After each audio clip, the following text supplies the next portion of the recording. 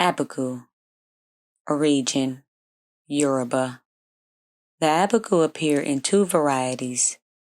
Some are vicious perpetrators, some are liminal souls hovering between realms. The same word is used to denote various beings. What unites them is child mortality.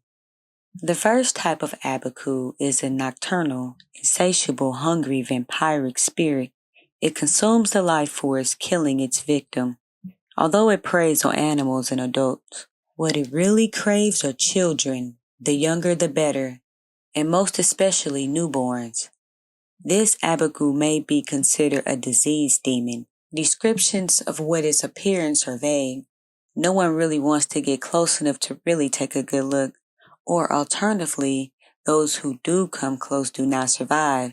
This type of Abiku is avoided, never summoned. They cannot be propitiated. They are never satisfied. They can be banished and kept out of specific spaces, a room, a home, via the power of iron, amulets, and more powerful spirits. Children are encouraged to stay inside safe zones at night if an Abiku is suspected to be nearby. The same word is also used to name souls described as born to die. They are born, die young as an infant or child, only to be reborn again and die again in a repetitive cycle.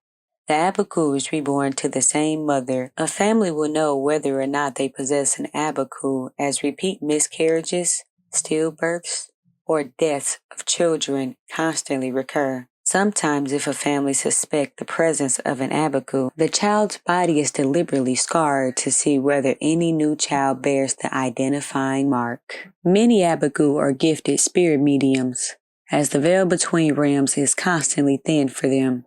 Abiku societies are especially powerful shamanic societies.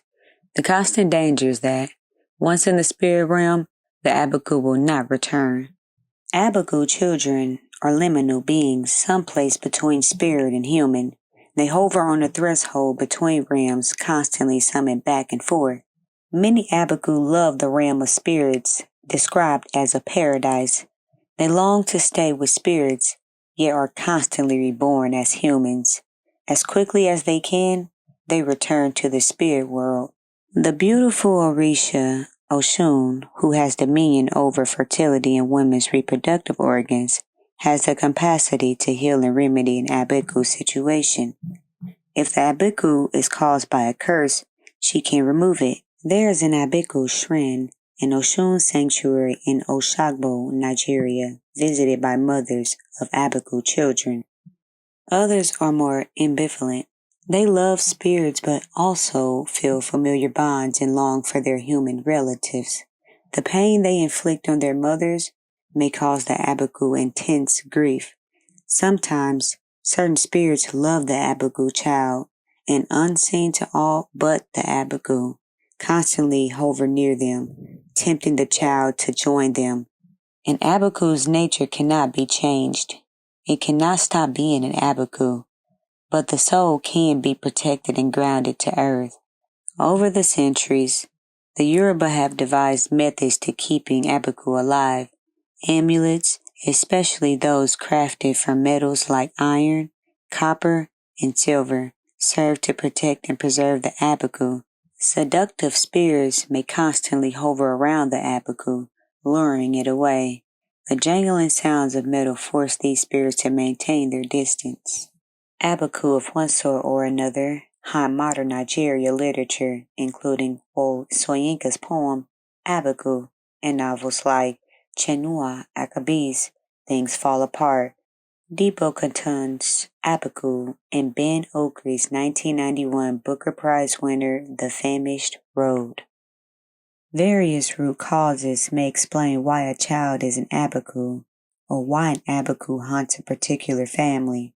The last three of the following potential causes may be indicated if the Abiku is experienced as repeat miscarriage or stillbirth.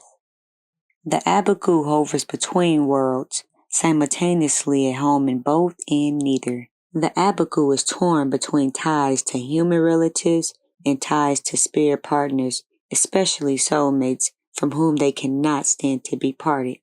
A sorcerer has cursed a woman or family. torture them with the Abilku's incessant birth, death, rebirth cycle.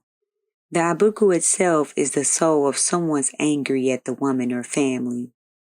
Abiku are mischievous child souls lacking the empathy and maturity to understand the suffering they cause. They think it's fun to go back and forth between realms. Spirits who beacon Abiku are propitiated by food offerings at remote forest shrines. Palm oil, nuts, yams, often burned, not just left to disintegrate. Abiku, who are torn between worlds, are pampered and coddled. Parents and caregivers are admonished not to scold the Abiku child severely or deny their desires. The Abiku thus leads a very privileged life. The goal is to keep the child so happy that she or he wishes to stay in this life and not leave for other realms.